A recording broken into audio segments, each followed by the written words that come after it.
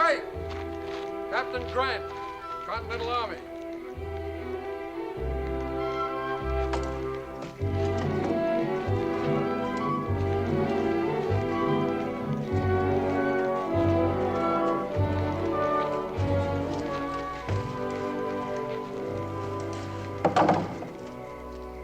If you're looking for a room, you're just playing out of luck. The tavern's closed for the night.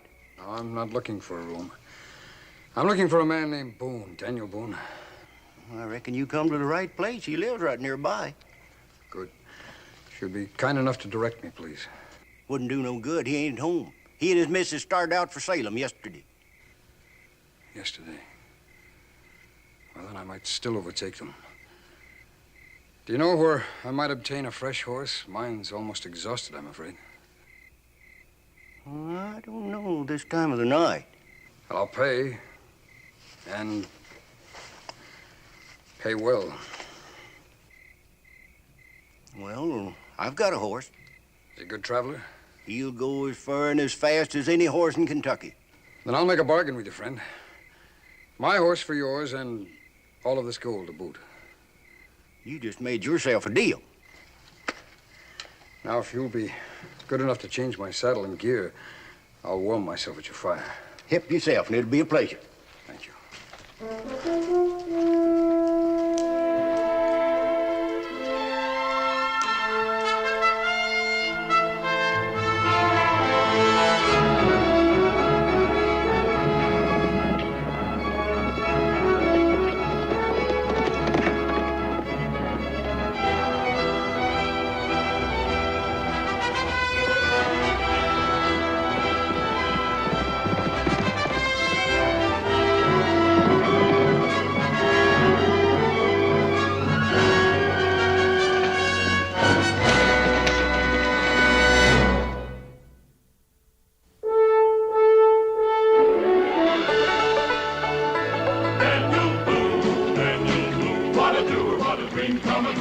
Daniel Boone.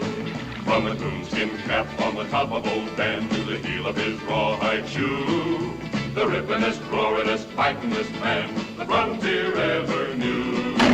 Daniel Boone was a man, yes, a big man, and he fought for America to make all Americans free. What a boon, what a doer, what a dream come a truer was he.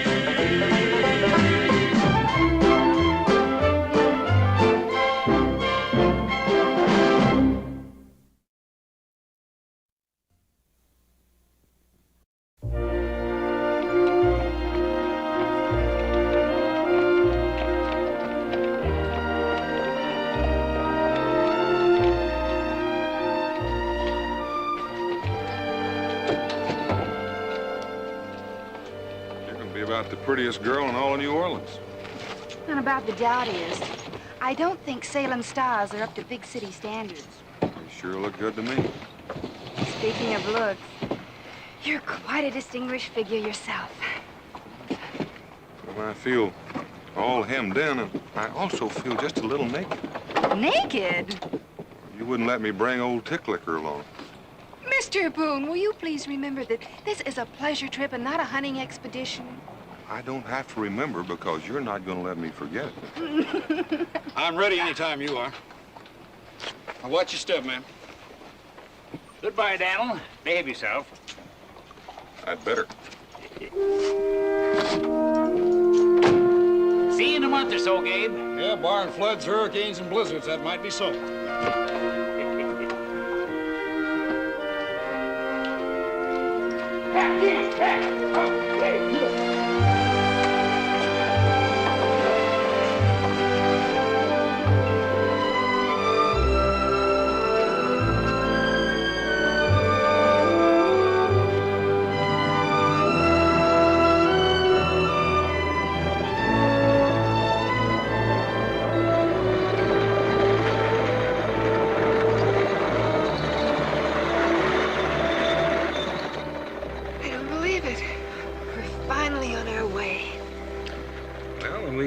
I promised you a honeymoon. Of course, it's a little late.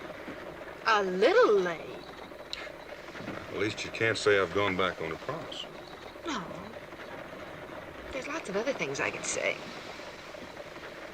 Like what? Like, it's been the most wonderful years a woman ever spent. Even without a honeymoon? I don't really think I've ever had time to miss it. Well, now, Becky, you've had a pretty hard life. A hard life. Building a home and raising a family. Oh, Dan, what else is there in life? Pretty clothes, fancy parties, people to wait on you hand and foot. Piffle, I don't give a hoot about things like that. You don't? No. Well, let me tell you, whether you care for them or not, that's what you're going to get when we get to New Orleans. You know, if you try real hard, I might get to like it. Then where would you be? Out looking for another wife. You wouldn't dare.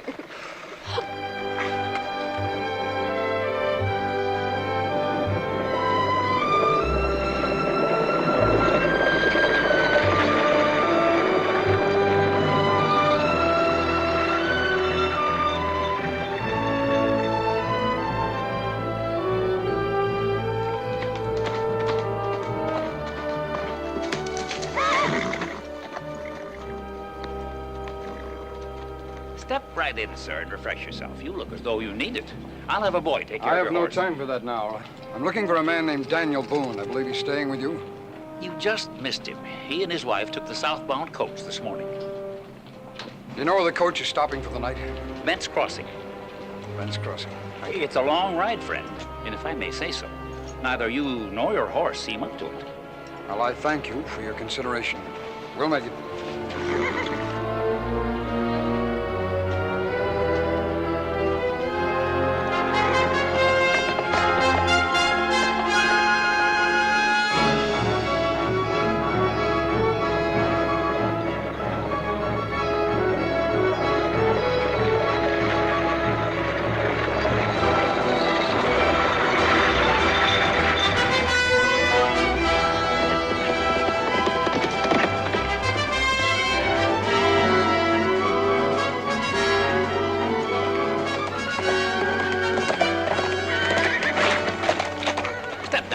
And refresh yourselves. I'll have a boy. Have you seen a horseman pass by here within the hour? That I did, but not within the hour. I'd make it closer to a half or less. Seemed in a hurry, he did. Which way did he go? Southward toward Bent's Crossing, trying to catch up with Daniel Boone. Thank you.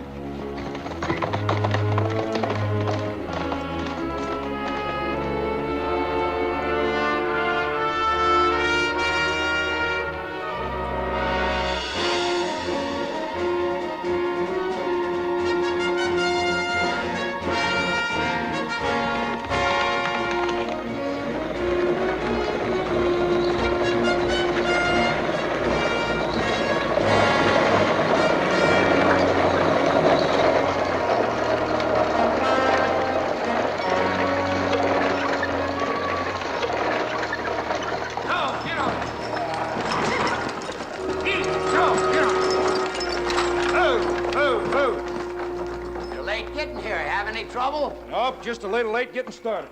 Got any mail for me from Salem? No, but I got you a couple of passengers, and they're going with me all the way to New Orleans. Mr. and Mrs. Boone. Did you say Boone? Not Daniel Boone by any chance? I don't know how much chance has got to do with it, but I'm him. Well, my name is Lomas. It's a great honor to meet you, Mr. Daniel Boone. And you too, ma'am. Oh, well, thank you. Now, you folks just go in and out of the night chill. I'll take care of your luggage. Oh, just the small bag inside, please. That's all we'll need. Yes, ma'am. Friendly fella, isn't it? Oh, that sort of friendliness can be dangerous. I think you broke my hand.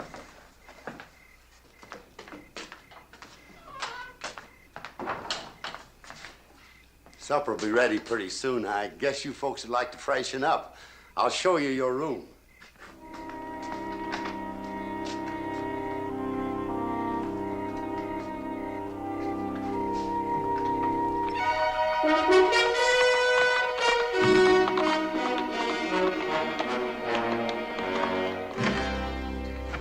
It don't look very fancy, but I'm sure you'll find it comfortable. I'm sure we will. If you want anything, you let me know. I'll call you when the table's set. Thank you. Oh, all I want is a good night's sleep. Are you tired? Aren't you? No. But given a choice, I'd rather walk than ride in that coach. But not in these boots.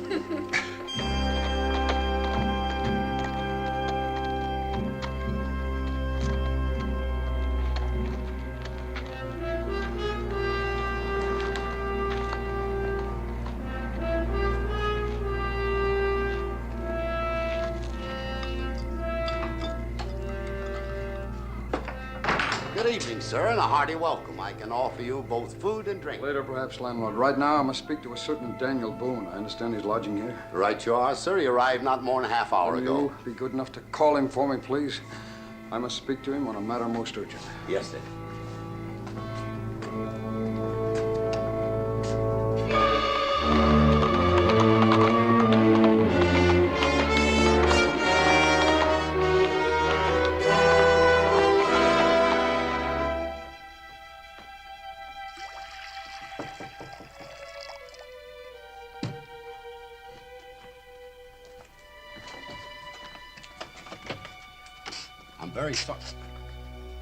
I'm very sorry to disturb you, Mr. Boone, but there's a gentleman in the dining room. He says it's very urgent that he speaks to you right away.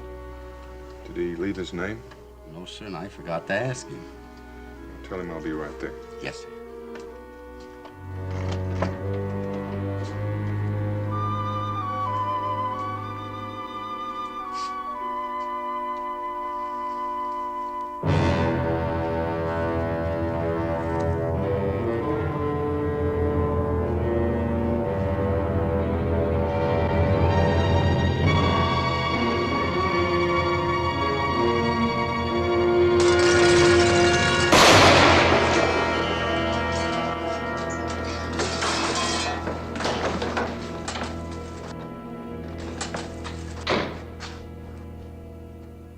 Mr. Boone!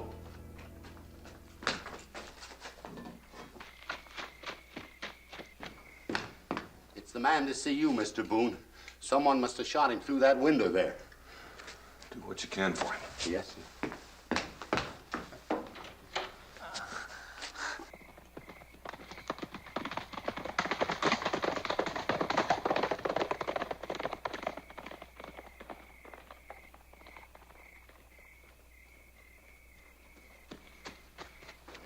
There were two of them, Mr. Boone.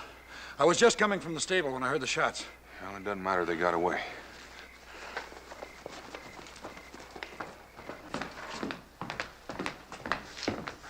He's hurt real bad, Mr. Boone. Captain. Captain Grant. Daniel, old friend. Give me some hot water and some... No time for that, Daniel. I must speak to you alone.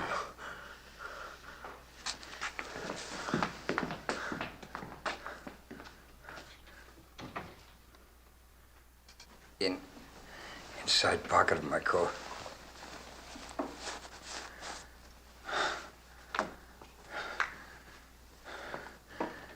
Daniel, it is vitally important that you deliver that document to New Orleans. All right, Captain. The man that document is intended for will contact you. How will I know him? By a code phrase. He will say these exact words to you, Daniel. You are Mr. Daniel Boone of Boonesboro, Owsley County, Kentucky. Those exact words, Daniel. I'll remember. Then Godspeed, old friend. Daniel, guard the document well, for they will surely try to kill you for it. Just as they have killed.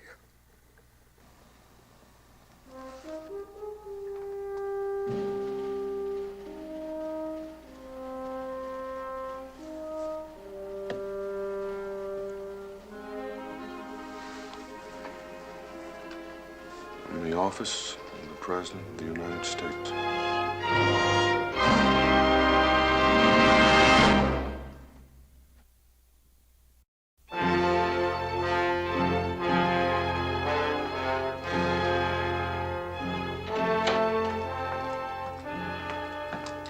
Your friend won't need this anymore. I thought you might in case you're unarmed. When does the next northbound coach come through? 2 days from now. My wife is still sleeping. Will you give this to her when she wakes up? I'd appreciate it if you look after her and make sure she's on that coach to Salem. And Mr. Loomis, don't talk to anyone about what happened here this evening. You can trust me, Mr. Boone. I'll be on my way. It's urgent that I get to New Orleans. Without rest? I'll be all right.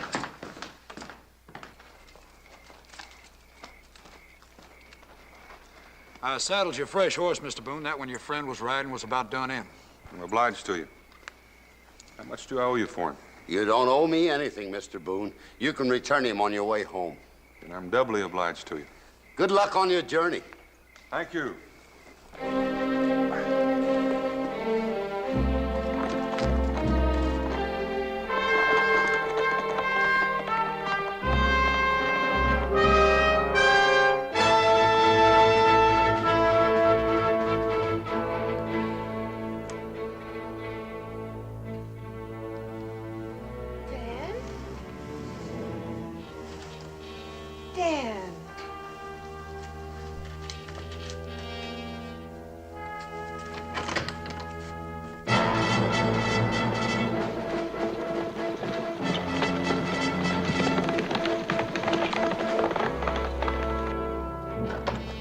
Mrs. Boone. Oh, Mr. Loomis, where's Mr. Boone? Well, it's like this, ma'am. Mr. Boone had to leave. Had to leave? Yes, ma'am. He said to give you this. Thank you. Dear Becky, I don't like leaving you alone, but I have to get to New Orleans in a hurry. I can't tell you any more except I couldn't take you with me. I've left money and instructions with Mr. Loomis to see that you get safely back to Salem. Wait for me there. Love, Dan. I simply don't understand this. It's not like Dan to just up and leave without some explanation. Well, all I know, a man rode in asking for your husband and gave him some sort of a message. A man? What man, and where is he now? Captain Grant. He's gone now.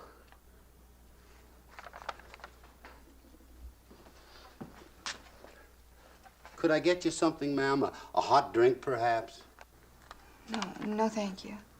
The coach for Salem don't leave for 2 days. I reckon you're going to have to stay on here till then, ma'am. Nonsense.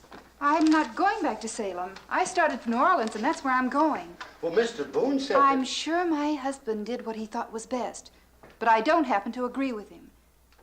By the way, did he say where he'd be staying in New Orleans? I didn't mean to listen in, ma'am, but I think I heard the other gentleman mention the Hotel Imperial.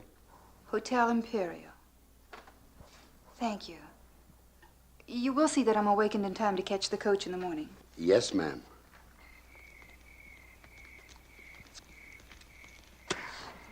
For my part, I'm glad it's done.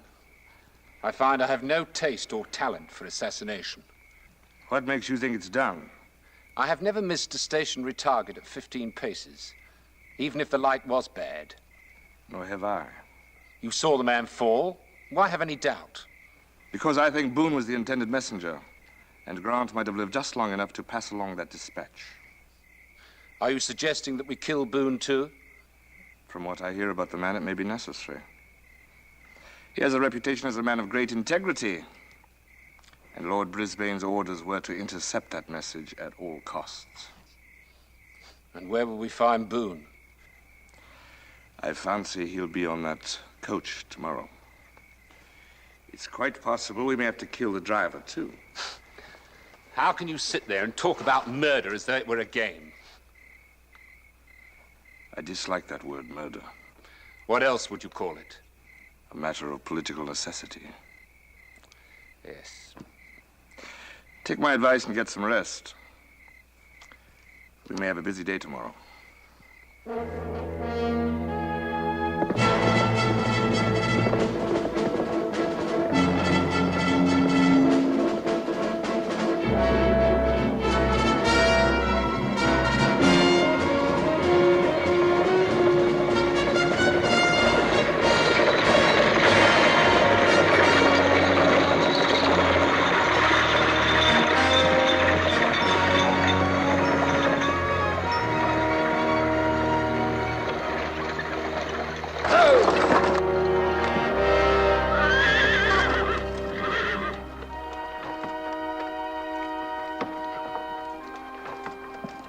Driver, is something wrong? Tree across the road. I may have to unhitch to haul it clear.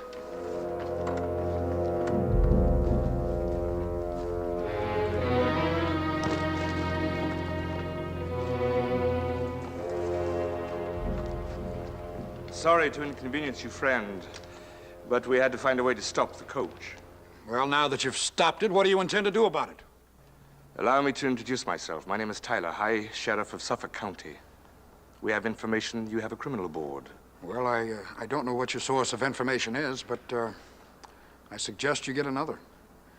The only passenger I have is a female, and she's not a criminal. She's a very respectable woman, married to a very respectable man by the name of Daniel Boone. Now, if you two would give me a hand with this tree, I may make it to New Orleans before snowfall. We'd be happy to. I assume that Mrs. Boone will be going through to New Orleans? Yep. Then, perhaps she'd like some company. Frankly, I'm getting tired of sitting in that saddle. I suggest we carry on by coach. I have no objections. I'm as tired of straddling that horse as you. Well, then it's decided. Get the horse's stone. I'll pay my respects to the lady.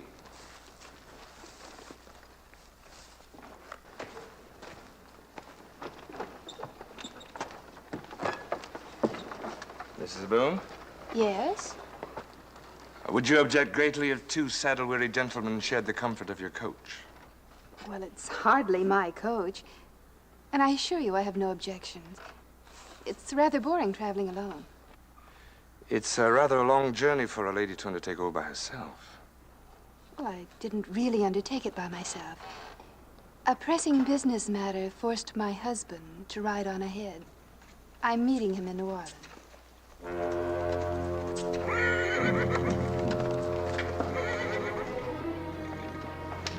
If you'll excuse me, ma'am, I'll make sure my horse is tied to lead. I thought time was important to us. If we ride this coach, it'll set us back a day at least.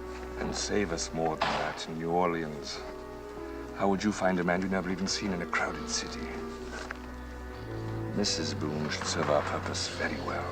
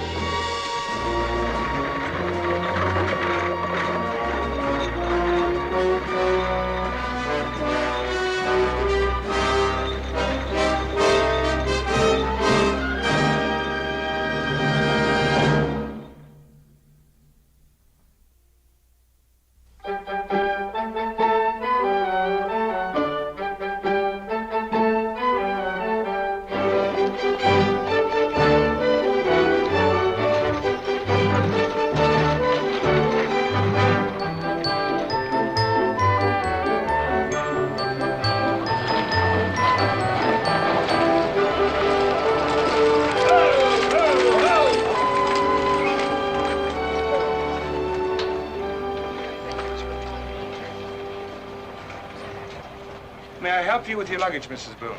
Oh, would you mind waiting a moment, Mr. Tyler, till I see if my husband's here? It's possible he couldn't get accommodation. Are you just staying here, or are you going on to the coach stop? We'll be going on, driver, just as soon as we made sure that Mrs. Boone has found her husband. Well, if he's here, she won't have much trouble finding him. And what do you mean by that? Why, his size. He's the only man I ever knew that was big enough to hunt bear with a willow switch. Why, down in Kentucky country, they tell a story about him. Seems he came into a tavern one day riding a moose and carrying a wildcat under each arm, using a rattlesnake for a whip. If you don't mind, sir, I'll listen to your story later. Right now, I think I'll see that Mrs. Boone is all right. Now, actually, I never believed that story. I mean, I never heard of no rattlesnakes in that country. I always figured that whip had to be a copperhead or a cottonmouth moccasin. You'll excuse me for a moment? If it don't take too long.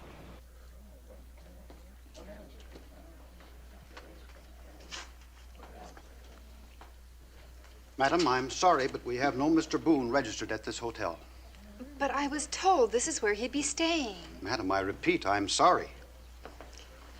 Perhaps he's made some sort of inquiry or left a message. How would I know that, madam? This is the finest hotel in New Orleans. We have so many people come through here. How could I remember? If my husband had been here, you'd remember. Why do you say that? Well, I guess the best way I can describe him is that he sort of looms over people. Looms? Yes, I think that's the proper word. You mean he's rather tall? I imagine you could describe him that way. Well, we do have one guest here who rather answers the description, Mr. Holt, Mr. Nathan Holt. Oh, he's just coming down the staircase now. Dan! Madam, please. Daniel Boone! Madam, please, that man is Mr. Nathan Holt, and I'd appreciate it if you... Nathan Holt? That's Daniel Boone. Don't you think I know my own husband when I see him? Madam, if you insist on creating a scene, I shall be forced to call the manager. I hardly think that will be necessary. Are you sure that was your husband, Mrs. Boone? Certainly, I'm sure. I repeat, madam, that man is registered as Nathan Holt. What's his room number? Suite C. Thank you. Mr. Talley, would you be kind enough to look after my luggage? I think Mr. Boone and I are due for a little conversation. I'll see that it's taken care of. Thank you.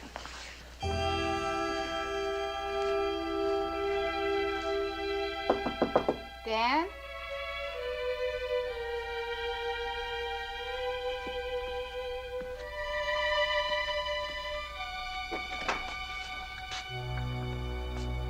Just about the last person I expected to see here.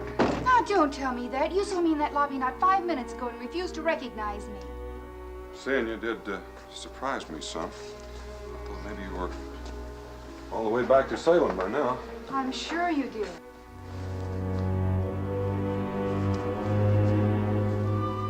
Well?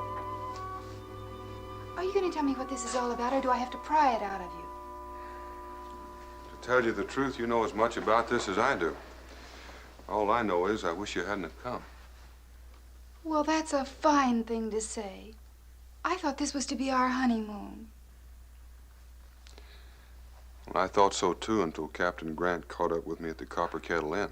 Well, what did he want? He gave me a message to deliver. What sort of message?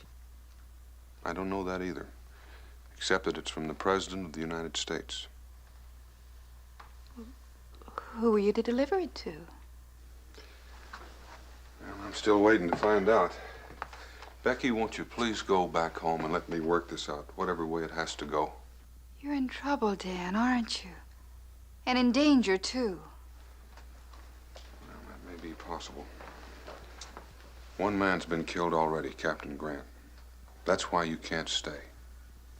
I haven't the slightest intention of leaving, not till you leave with me. Don't you see, I can't let you stay. Your life may be in jeopardy, too. Well, it won't be the first time I've been in danger, and I have my very serious doubts if it'll be the last time. So whether it's Mrs. Daniel Boone or Mrs. Nathan Holt, I'm staying right here. Well, about all I can hope for is to get this business over with as soon as possible. And in the meantime, we can try to have as much fun as we can.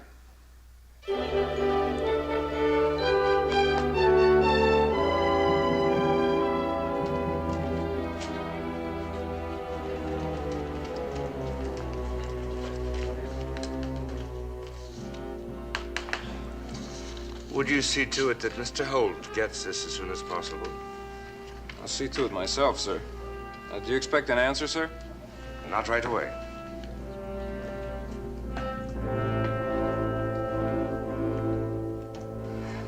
Do you like it, Dan? Well, I gotta admit it's different from those gowns we looked at back in Salem. Well, that's not the most complimentary remark I've ever heard. Well, I never was real good at making pretty speeches. I've noticed that from time to time. But I always was real good at knowing a pretty girl when I saw one. I was even lucky enough to marry one. Oh, I'd almost call that a pretty speech.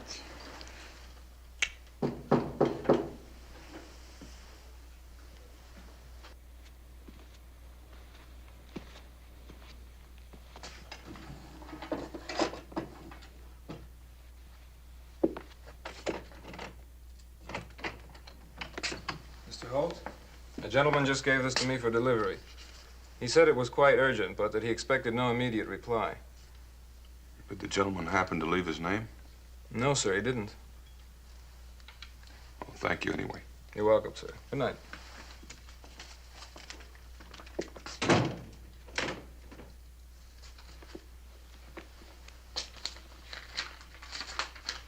What is it, Dan?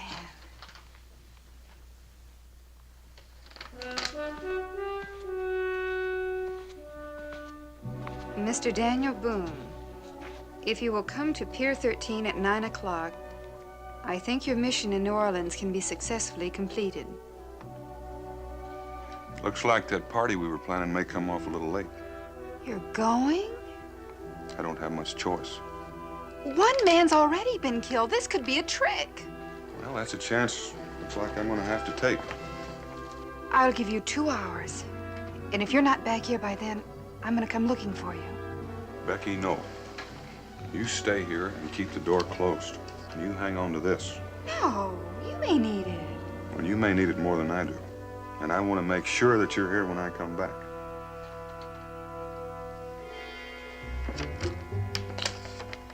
Good night, Becky.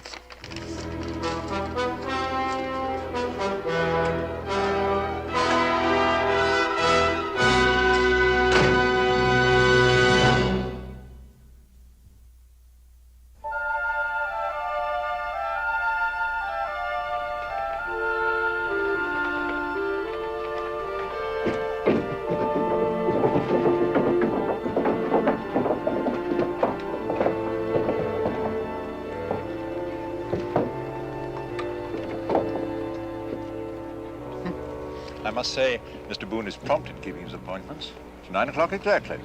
Shall I call him over, my lord? No, let him wait a little. I'd like to be quite certain that he's unaccompanied. Would you like to have me wait for you, sir? Well, I'm not sure how long I'm going to be here. You'll find it hard to get a cab in this neighborhood at this time of night. I can understand that. I've got a lot of time. Friend, you could die of old age, and I sure could run out of money while you were waiting for me. Thanks just the same.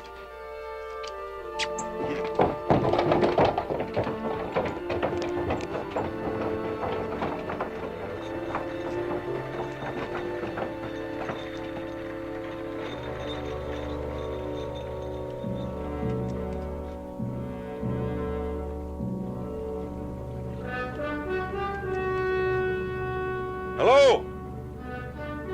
Anybody here?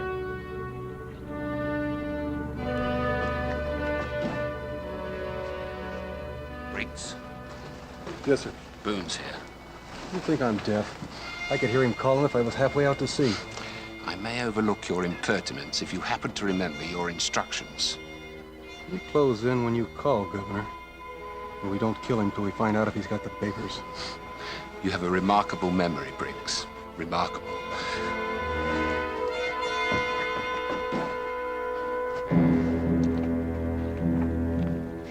We'll give him another quarter of an hour. By that time, Tyler should have Mrs. Boone in custody, in case we need her. But Boone may leave by then. Look for yourself, Mr. Stone. Boone is a very loyal man, and loyal men are extremely apt to be patient. I think we can be confident that he'll remain a while. If he starts to leave, we'll simply call him in.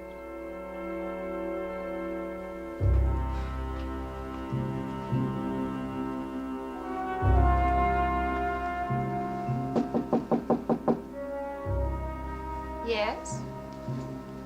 Who is it? It's Mr. Tyler, Mrs. Boone. I'd hoped that you'd remember me as a traveling companion. I remember you quite well for your courtesy.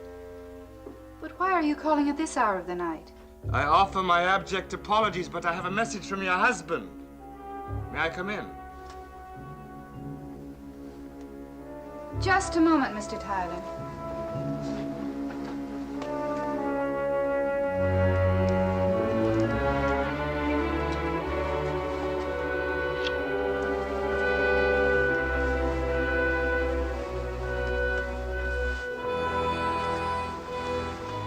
may come in now, Mr. Tyler.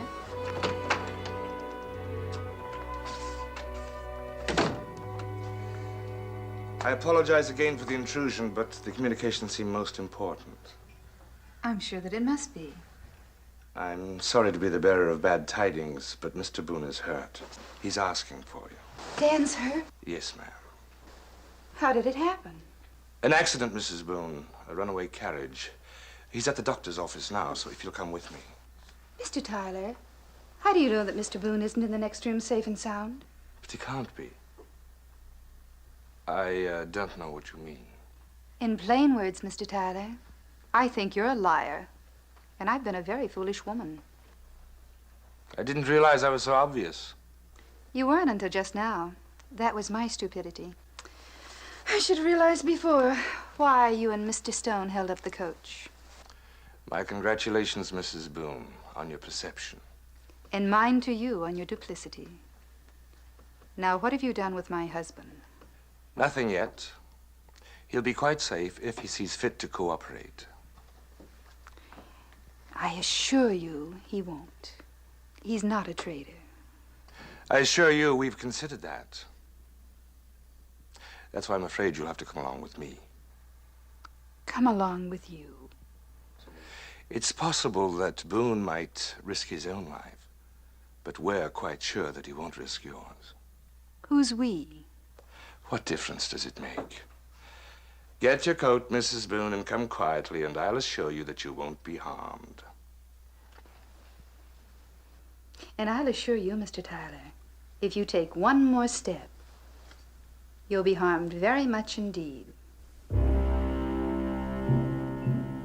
Are you trying to frighten me, Mrs. Boone? No, Mr. Tyler. I'm just trying to save you from what might possibly be a great deal of pain. You're bluffing. You'll never know unless you take one more step. Then I think I'll call you a bluff. Don't do it, Mr. Tyler. I'm warning you.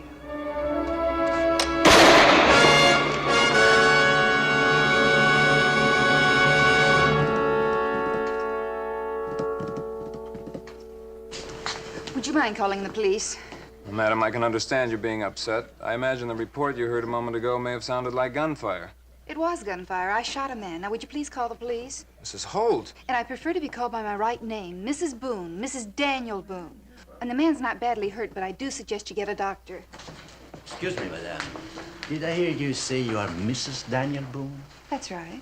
Allow me to introduce myself. I'm the Marquis de Lafayette. I'm the one the dispatch your husband carries is intended for. Well, then perhaps you can help me find him. I think he's in great danger. I'm at your disposal, madame. Also my carriage and my escort. Do you have any idea where Mr. Boone might be? He left earlier in the evening to meet some man at Pier 13. 13? Then I suggest we waste no time in getting there.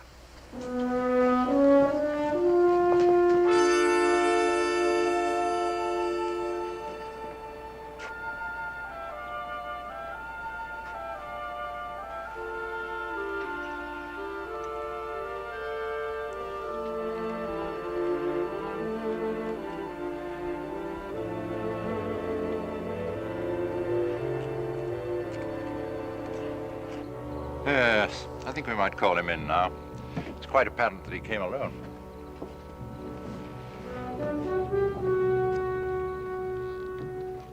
Mr. Boone!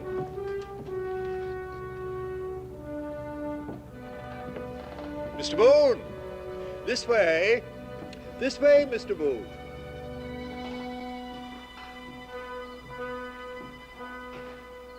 This way, Mr. Boone!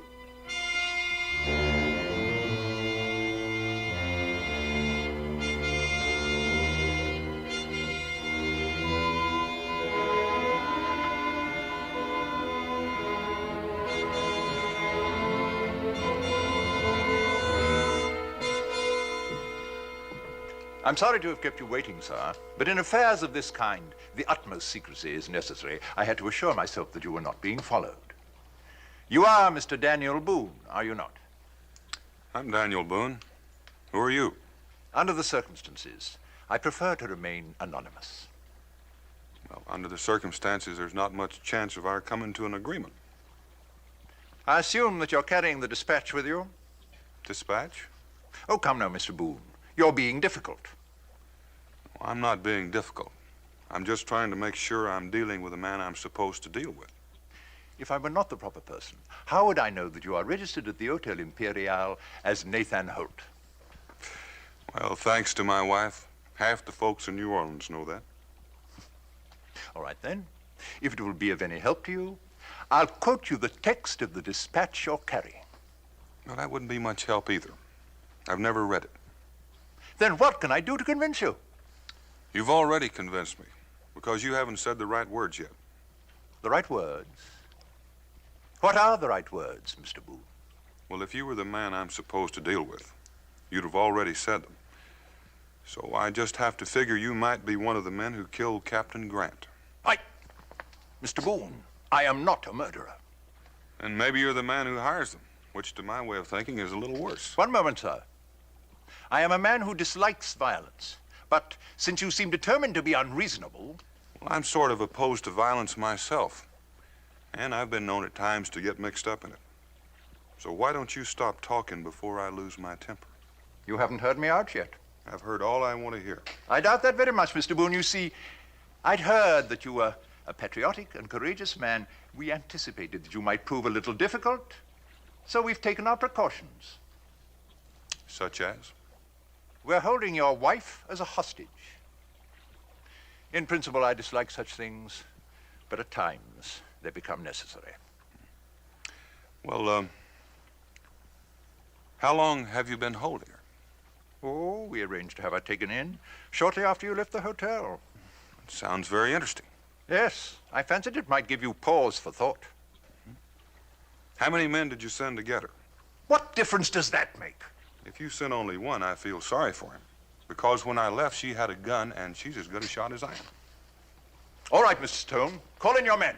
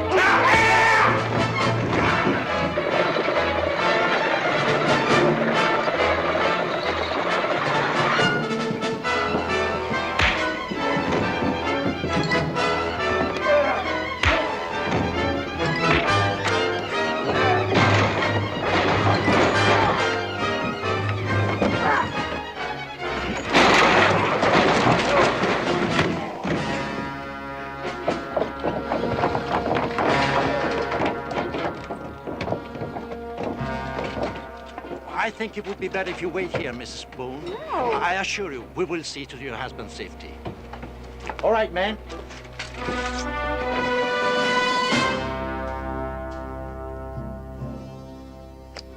There isn't a single paper on him, my lord. I suppose it was too much to expect that he'd be carrying them. What do you want done with him, my lord? Shall we toss him overboard? No. Not until we find out about Mrs. I can tell you that, Lord Brisbane. Place these men under military arrest.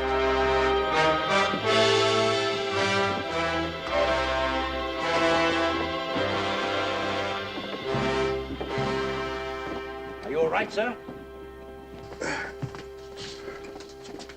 Well, I felt better in my time, but wherever you are, I'm sure glad you got here. So am I. I'm the Marquis de Lafayette. And you are Mr. Daniel Boone of Boonesboro, Owsley County, Kentucky. Those are probably the nicest words I've heard in days. I presume you're not carrying the dispatch with you. No. When we get to my wife, we'll be in business. It's quite simple, Mr. Boone. She's the one who directed me here. She's waiting at my carriage. Well, I told her to stay in the room.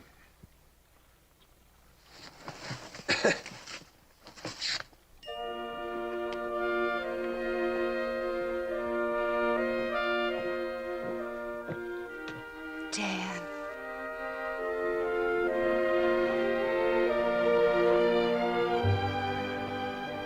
I think this is what you've been looking for. How long have I been carrying that? Not long. Not long at all. You've always been real good at taking care of things. If you'll excuse us, Marquis, for some time we've been trying to have a honeymoon. Please, be my guest.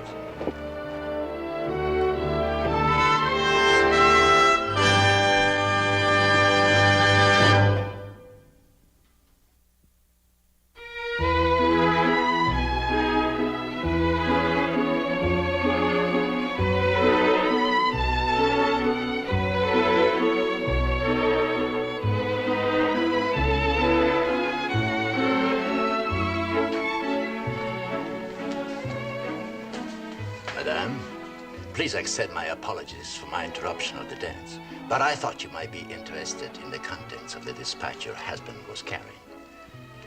This is your country, Mr. Boone. From the Atlantic to the Mississippi. That's a lot of territory. Yes, Mr. Boone, I agree with you.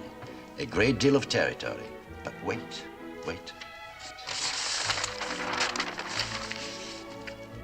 The Atlantic to the Pacific. This would make England's claim on Oregon secure, and he would always be dependent on her. This is the Louisiana the United States is purchasing. And this is what you will become the moment I put your president dispatch in the hands of Napoleon. That was in the letter I was carrying? Mm-hmm. That was the letter. It's no wonder they wanted to stop it. That's why your dispatch could not be sent the usual way. There are British warships off your coast, stopping every ship in hope of seizing it. But it still has to go by sea. From this port, on a French man of war. Your country should be very grateful to you, Mr. Boone. I can assure you, my country is. And now, if you will excuse me, I must say good night. Well, at least we know why we're guests of honor at the governor's ball. Madam, may I have the pleasure of this dance? Sir, I am extremely flattered. Shall we join the others?